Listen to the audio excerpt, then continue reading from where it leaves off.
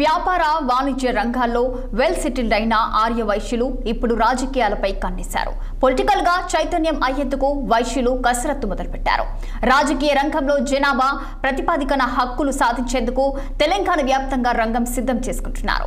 Arya Vysya community బలోపేతం చేసుకునేందుకు వైశ్య సంఘాలను ఎన్నుకుంటున్నారు. ఈ క్రమంలో 11 ఏళ్ల తర్వాత సిద్దిపేట పట్టణ ఆర్య వైశ్య సంఘానికి ఎన్నికలు జరగబోతున్నాయి. ఇక ఇదే అంశంపై ఆర్య వైశ్య సోదరులతో కలిసి మా ప్రతినిధి స్వామి మరింత సమాచారం అందిస్తారు.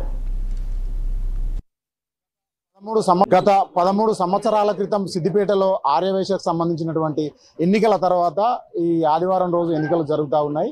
ఇక్కడ సుమారుగా సిద్దిపేటలో ఒక 30,000 మంది కూడా ఈ జనాభా వైశ్య కమ్యూనిటీకి సంబంధించి ఉంటుంది. సో ఎన్నికలైతే జరుగుతూ ఉన్నాయి. ఎన్నికల సందర్భంగా వైశ్య కమ్యూనిటీకి సంబంధించినటువంటి వ్యక్తులు ఏమనుకుంటున్నారో, అసలు ఈ ఎన్నికల్లో వాళ్ళ డిమాండ్స్ ఏమున్నాయి, ఈ కమ్యూనిటీకి సంబంధించినటువంటి అంశాలు ఏమున్నాయి అనే అంశాన్ని మనం ఒకసారి తెలుసుకునే ప్రయత్నం చేద్దాం. ఇక్కడ కొంతమంది ఆర్యవైశ్యకు సంబంధించినటువంటి నాయకులు ఉన్నారు. అన్న చెప్పండి, మీ ఎన్నికలు జరుగుతున్నాయి కదా, ఎట్లా ఉంది సిద్దిపేట జిల్లాలో ఆర్యవైశ్యకు సంబంధించినటువంటి కమ్యూనిటీ ఎట్లా ఉంది, అసలు ఏ నేపథ్యంలో ఎన్నికలు జరుగుతూ ఉన్నాయి? జై వాసవి మాత. గత 11 సంవత్సరాల తర్వాత మొట్టమొదటిసారిగా సిద్దిపేట వైశ్య సంఘం ఎన్నికలు జరుగుతున్నవి. ఇప్పటి వరకు 8,000 పైచిలకు ఓటర్లు మాత్రమే ఉన్నారు. ఇక ముందు నాకు తెలిసి 30,000 పైన ఓటర్లు ఉంటారని నేను గెస్. ఈరోజు వైశ్య సంఘానికి తగిన నాయకుడు నా మిత్రుడు ఐదా నారాజు గారు. అతనికి మీ అమూల్యమైన ఓటు వేసి గెలిపించండి.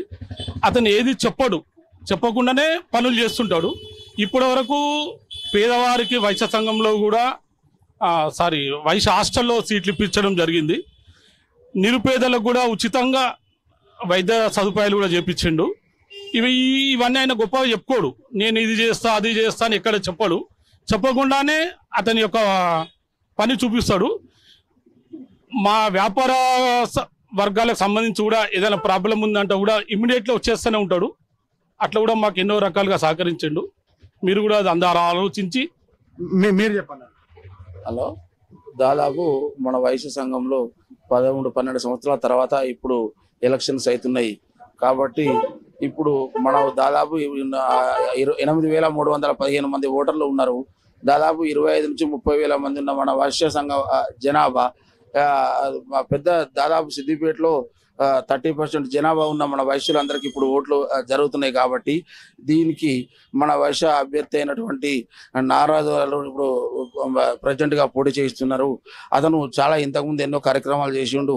స్టేట్ లెవెల్లో ఎన్నో కార్యక్రమాలు పదవులు ఉన్నాయి అతనికి. మన వైశ్య పదవులు కూడా ఎన్నో ఉన్నాయి. మన వైశ్యులు ఇంతకుముందు ఎన్నో రకాల కార్యక్రమాలు చేసిండు. ఇప్పుడు కూడా మన వైశ్యులందరికీ పేద మధ్యతరగతి వర్గాలకు ఇప్పటికి ఏమేమి కోరికలు ఉన్నాయి, నేను అవన్నీ చేసి. ప్రస్తుతానికైతే ఇక్కడ ఈ బరిలో నిలబడ్డటువంటి నాగరాజు ఉన్నారు.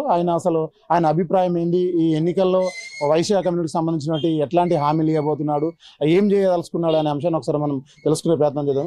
చెప్పండి అన్న, ఎట్లా ఇప్పుడు బాగానే గ్యాదర్ చేస్తున్నారు, చాలా మంది కూడా అంటే మీ వైపు చూస్తున్నట్టు కొంత సమాచారం ఉంది. సో మీరు ఏం చెప్పదలుచుకున్నారు? నేను చెప్పేది ఒకటే, సిద్దిపేట ఆర్యవైశ్య మిత్రులారా, నేను చెప్పేది ఏంటంటే ఇది రాజకీయం కాదు, ఫ్రెండ్లీగా పోదాం, మనం అన్ని ఫ్రెండ్లీగా చేసుకుని వెళ్దాము.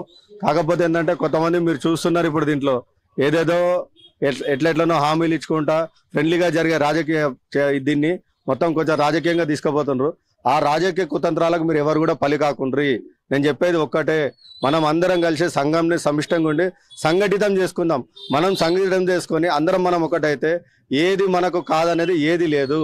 మీరు నాకు ఓటేసి గెలిపించండి, నేను నా పని ఏందో నేను చేసుకుంటూ పోతా. మీరు నాకు అడగాలని మీరు లేదు, ఏది కూడా నాతో అయ్యేది మొత్తం నేను అన్ని చేసుకుంటూ వెళ్తాను. పేదవాళ్ళకి కానీ మధ్యతరగతి వాళ్ళకి కానీ ఎన్నో రకాలుగా సమస్యలు ఉన్నాయి. అందరి ఉన్నతులకు ఒకరొకరు ఉంది, పేదవాళ్ళకు ఒక రకం ఉంది, మధ్య రకం ఉంది, ఒక్కొక్కరికి ఒక్కొక్క సమస్య ఉంది. సమస్యలు అంటూ లేని వాళ్ళు ఎవరు లేరు.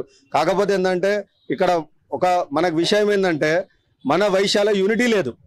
ఫస్ట్ ఆ యూనిటీ మనం తెచ్చుకోవాలి. యూనిటీ తెచ్చుకున్నాం అనుకో మనం అన్ని సాధించుకోగలుగుతాం.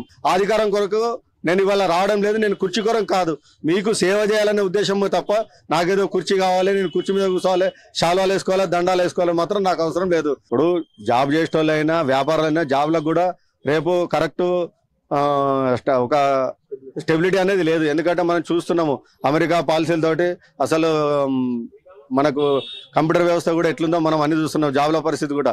దీనికి కూడా ఏంటంటే ఎవరైతే యువత ముందుకు వచ్చి వాళ్ళు జాబ్ మేము బిజినెస్ చేసుకుంటాము, వాళ్ళు ఏంటంటారో వాళ్ళకి మేము అన్ని రకాలుగా మా అన్నిటికీ ఇప్పుడు ప్రభుత్వ పరంగా కానీ, రాజకీయ పరంగా కానీ, ఆర్థికంగా కానీ, సాంఘికంగా కానీ అన్ని రకాలుగా నాతో ఏది మొత్తం నేను ముందుండి నేను వాళ్ళకు చూసుకుంటా. ఇది నేనేదో కేవలం ఒకటి పదవి కొరకు మాత్రం నేను వస్తలేదు, సేవ చేయడానికి నేను వస్తున్నా. కానీ సేవ అనేది చేయాలంటే మాత్రం ఈరోజు అధికారం అనేది ఖచ్చితంగా అవసరం ఉంటుంది. దాన్ని మీరు నాకు ఇచ్చిండనుకో నేనేందో మీకు చూపిస్తా. ఒకటే చెప్తా ఉన్నాడు, సిద్దిపేట పట్టణంలో అత్యధికంగా ఈ వైశ్య కమ్యూనిటీకి సంబంధించినటువంటి వాళ్ళు ఉంటారు. ఖచ్చితంగా మనము రాజకీయాల్లో చైతన్యం రావాల్సిన అవసరం ఉన్నది.